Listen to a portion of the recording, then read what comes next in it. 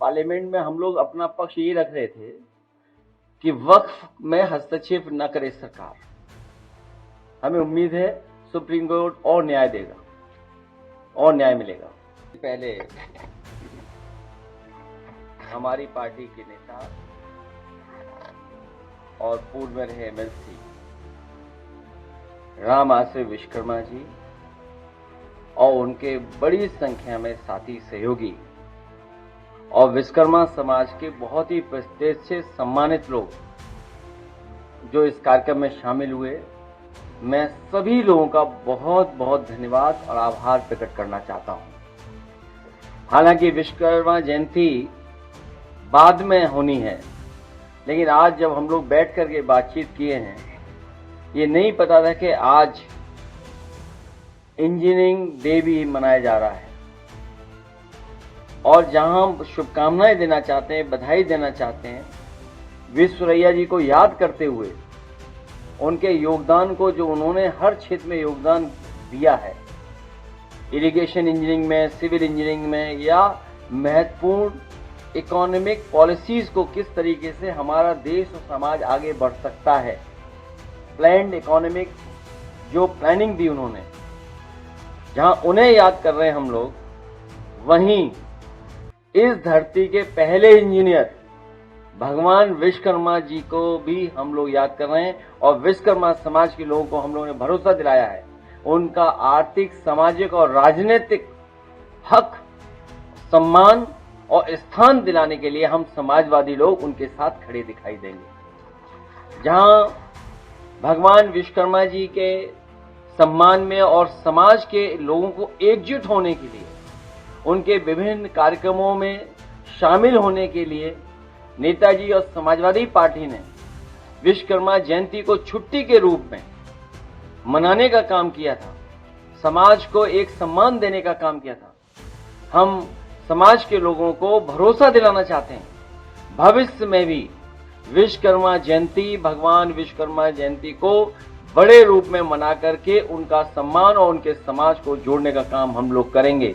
वहीं ये भी तय किया था जब पिछली बार हम लोग बैठक किए थे कि ये रिवर फ्रंट जो देश का सबसे प्रतिष्ठित स्थान बनने जा रहा है, बहुत सारे साथियों को और खासकर प्रेस के साथियों को याद होगा, इसकी भव्यता और सुंदरता हम लोगों को उस समय भी देखने को मिली जब लखनऊ में डिफेंस एक्सपो हुआ था और नेवी के लोगों ने, एयरफोर्स के लोगों ने इस रिवर फ्रंट को बहुत सुंदरता के साथ किस तरीके से उन्होंने सजाया था और उन्होंने अपनी एक्टिविटीज और एक्सरसाइज की थी। और ऐसा लग रहा था तस्वीरों में और वीडियो में, और जो लोग मौके पर देखने गए थे, शायद दुनिया में जो डेवलप्ड कंट्रीज हैं उन देशों में ऐसा देखने को मिलता है। उसी तरह का लखनऊ में रिवर फ्रंट पर उस आयोजन को हम लोगों को देखने का मौका मिला था। उसी रिवर फ्रंट पर भगवान विश्वकर्मा जी, जिन्होंने पौराणिक हमारे तमाम स्थान बनाए हैं, जिनको आज भी हम लोग चर्चा में और ग्रामीण क्षेत्रों में उनकी बातों को कहते हैं। भगवान विश्वकर्मा जी ने सोने की लंका बनाई, भगवान विश्वकर्मा जी ने द्वारिका बनाई, भगवान विश्वकर्मा जी ने स्वर्ग बनाया। इसलिए ऐसे भगवान को वहां पर स्थान देंगे और उनका सिंहासन अगर होगा तो वो सोने का होगा। भगवान विश्वकर्मा जी को हम लोग एक स्थान देने का काम रिवर फ्रंट पे करेंगे। वहीं राजनीतिक तौर पर हम अपने विश्वकर्मा समाज से सहयोग और अपील मांगी है, कहा है, उन्होंने हमेशा साथ दिया है नेताजी और इस संविधान की लड़ाई में, इस आरक्षण की लड़ाई में, और जो बुराइयां हैं सरकार की और समाज की उनको दूर करने में, इस संघर्ष में हमेशा साथ दिया। हमें पूरा भरोसा है कि भविष्य में जो 2027 में चुनाव आने वाला है, उसमें सब लोग मिलकर के एक दूसरे का साथ देकर के समाजवादी पार्टी की सरकार बना करके सामाजिक न्याय के राज की स्थापना कराने में हमारा सहयोग और मदद करने का काम करेंगे। मैं एक बार फिर आदरणीय विश्वकर्मा जी को और उनके समाज के जो लोग बैठे हैं ऊपर और हमारे साथ जो पीछे बैठे, इन सब का मैं बहुत बहुत धन्यवाद और आभार प्रकट करता हूं। हम यहाँ विश्वकर्मा समाज के लोग सब बैठे लोग हैं। इनके समाज में बहुत ही प्रतिष्ठित वास्तुकार लोग हैं, शिल्पकार हैं, और अपने हुनर से, अपने इनबॉर्न टैलेंट से, बिना सरकारी कुछ मदद से ये समय समय पर समाज में शेप देते हैं, सुंदरता लाते हैं, भव्यता लाते हैं। हम इनके समाज के तरक्की और खुशहाली के लिए अगर हमें विशेष योजना भी बनानी पड़ेगी, और उस समय जब एआई, इंटरनेट और सोशल मीडिया और नए तरह का जो परिवर्तन हो रहा है समाज में और बाजार में, उस दिशा में इन लोगों को कैसे मुख्य धारा से जोड़ें, उसमें हम लोग पूरे समाज का सहयोग और मदद करेंगे।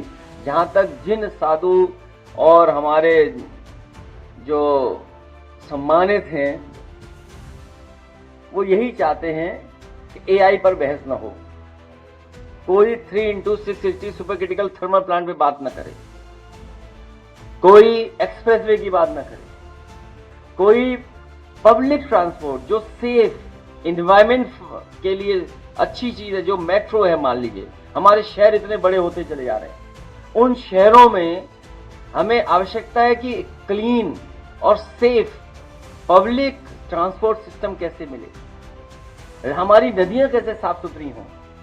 थोड़ा सा पानी बरस जाए तो उससे पूरा का पूरा शहर हमारा जाम में फंस जाता है।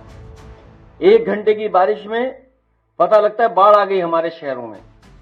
ये जो स्मार्ट सिटी का सपना दिखाया था, जहां लखनऊ को कहा था कि राजधानी है, स्मार्ट सिटी बनेगा, ढेरों कूड़ा पड़ा हुआ है, सड़कों पे जानवर हैं, कई सीसीटीवी में सांड कैच हुए हैं जिन्होंने जान ले ली लोगों की। कई शहरों में अभी भी सांड सड़कों पे घूम रहे हैं। भेड़िए जो भाग गए थे वो अब फिर आ गए हैं, गोदी से बच्चों को छीने ले जा रहे हैं, बच्चों की जान जा रही है, किसान की जान जा रही है। ये हालात हैं, सोचो हमारे। और शहरों में झूठ प्रचार करने के लिए, नकली दिखाने के लिए, हमारा आपका ध्यान हटाने के लिए जाने कहां की संस्था आती है और कहती है कि यूपी के ये शहर नंबर 1, नंबर 2, नंबर 3 पर हैं। मैं तो कहूंगा ऐसी संस्थाएं ब्लैक लिस्टेड हों जो लोगों को बताने, गुमराह करने का काम कर रहे हैं। सॉलिड वेस्ट मैनेजमेंट क्या है, सीवरेज सिस्टम में क्या किया आपने, नदियों के लिए क्या किया आपने, तो इनसे ध्यान हटाने के लिए हो रहा है। हम तो ताज्जुब कर रहे हैं इस बार, जाने क्या प्रकृति का क्या हो रहा है। मैं जब सैटेलाइट पे क्लाउड्स देखता हूं, कई बार जो एप्स हैं उसमें पता नहीं क्या बात है कि गोरखपुर छोड़ के बादल बरस रहे हैं हर जगह। बादल यूं आ रहे हैं फिर यूं चले जा रहे हैं। हम तो इंतजार कर रहे हैं, मेट्रो तो चल ही नहीं गोरखपुर में, नाव कब चलेगी उसका इंतजार कर रहे हैं। सोचो मेट्रो चलाने की सरकार ने, मुखर्जी ने क्या कहा था, झांसी में मेट्रो बनाएंगे, क्या झांसी मेट्रो बन गई? हालांकि उन्हें दिखाई कम देता है, मैं उनकी शिकायत नहीं करना, ये तो अगर कुछ कह दूंगा तो कंट्रोवर्सी हो जाएगी, कोई कंट्रोवर्सी हो जाएगी। लेकिन दिव्यांग लोग हैं और इतने सम्मानित हैं वो, उनका केस भी मैंने वापस लिया, मैंने केस वापस लिया। उसमें उन्होंने हमें डिग्री डॉक्टरेट की दी है, इसलिए उनके बारे में कुछ नहीं बोल सकता हूं। हालांकि डॉक्टरेट में लगाता नहीं हूं। तो पता नहीं बादल क्यों नहीं जा रहे उधर, सब इधर उधर हो जा रहे हैं।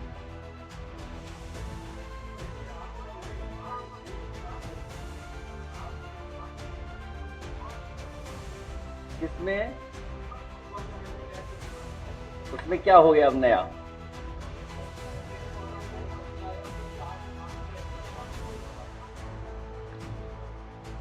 तो ये तो पार्लियामेंट में हम लोग अपना पक्ष यही रख रहे थे कि वक्फ में हस्तक्षेप न करे सरकार। हमें उम्मीद है सुप्रीम कोर्ट और न्याय देगा और न्याय मिलेगा। समाजवादी पार्टी आउटसोर्स व्यवस्था पर पूरे तरीके से प्रतिबंध लगाएगी। आउटसोर्स के पक्ष में नहीं है। पक्की सरकारी नौकरी, पक्का आरक्षण मिले, वो नौकरी हम लोग अपने समाज के लोगों को देंगे। और इस सरकार का भी आउटसोर्स होने जा रही है, इसका भी टाइम खत्म हो गया आउटसोर्स वाला।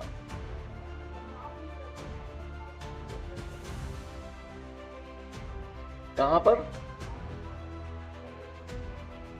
उस कैंसर इंस्टीट्यूट को रिसर्च इंस्टीट्यूट थी। हमारी सरकार को समझ में नहीं आ रहा, ये बीजेपी की सरकार को क्या समझ में आ रहा है, रिसर्च पार्ट हटा दिया।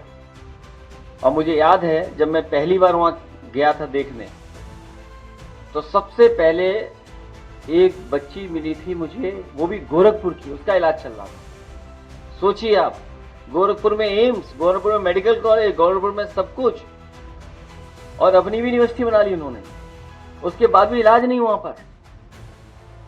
और मेडिकल को दूर इतना करते जा रहे हैं कि गरीब का बच्चा नहीं पढ़ पाएगा। सोचो फीस कितनी हो गई अब, आज फीस कितनी देनी पड़ रही है, सोचिए आप। और ये सरकार ने तय किया है कि कोई बच्चा फेल नहीं होगा, क्योंकि फेल अगर होगा, अच्छी तरह परीक्षा होगी, तो बच्चे सवाल उठाएंगे कि वहां पर स्टाफ ही नहीं है, पढ़ाने वाले लोग नहीं है, जो प्रोफेसर्स होने चाहिए मेडिकल कॉलेज में किसी में पर्याप्त नहीं है। और हमें तो पता नहीं क्या है कि प्रेस भी कभी सवाल नहीं पूछती, किसी भी मेडिकल कॉलेज में पर्याप्त स्टाफ नहीं है पढ़ाने वाला, लेकिन प्रेस पूछ ही नहीं रही। हमने और आपने अखिल भारतीय वीडियो पिटाई भी देखा, उसमें भी समझौता हो गया।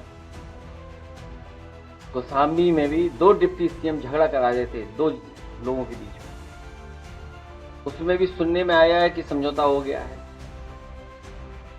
इसी तरह गाजीपुर में सुनने में आ रहा है कि कुछ इस तरह का हुआ है। यही तो हम लोग कह रहे हैं कि संविधान और कानून से सरकार नहीं चल रही। ये उदाहरण है तीनों, और गाजीपुर वाला तो उदाहरण है। जितना भी आम जनता, समाजवादी साथ तो थे ही थे, लेकिन जब घटना कोई हुई, जब सूचना मिली, तो हम लोग तो न्याय दिलाने के लिए खड़े हैं। और बताइए, जिसे न्याय हमें दिलाना, वही परिवार अगर बीजेपी क्या सहमति कर दे, तो हम उसमें क्या कर सकते हैं। तो यही तो हम बता रहे हैं कि संविधान और कानून से सरकार नहीं चल रही है, दबाव बना के सरकार चल रही है। उनका क्षेत्र रहा है, उनका क्षेत्र वो रहा है। और ये पहली घटना नहीं है, आप सब जागरूक लोग हैं, ये पहली घटना ऐसी नहीं है। कौशाम्बी की मैंने याद दिलाया आपको, पाल समाज की बेटी के साथ कितनी बड़ी घटना हुई, क्या न्याय मिला उस बेटी को? एक बैंक डकैती हुई, झूठा फेक इनकाउंटर हुआ, पहले यादव का कर दिया, उसको बैलेंस के लिए अपने स्वजाति छत्री भाई का भी कर दिया।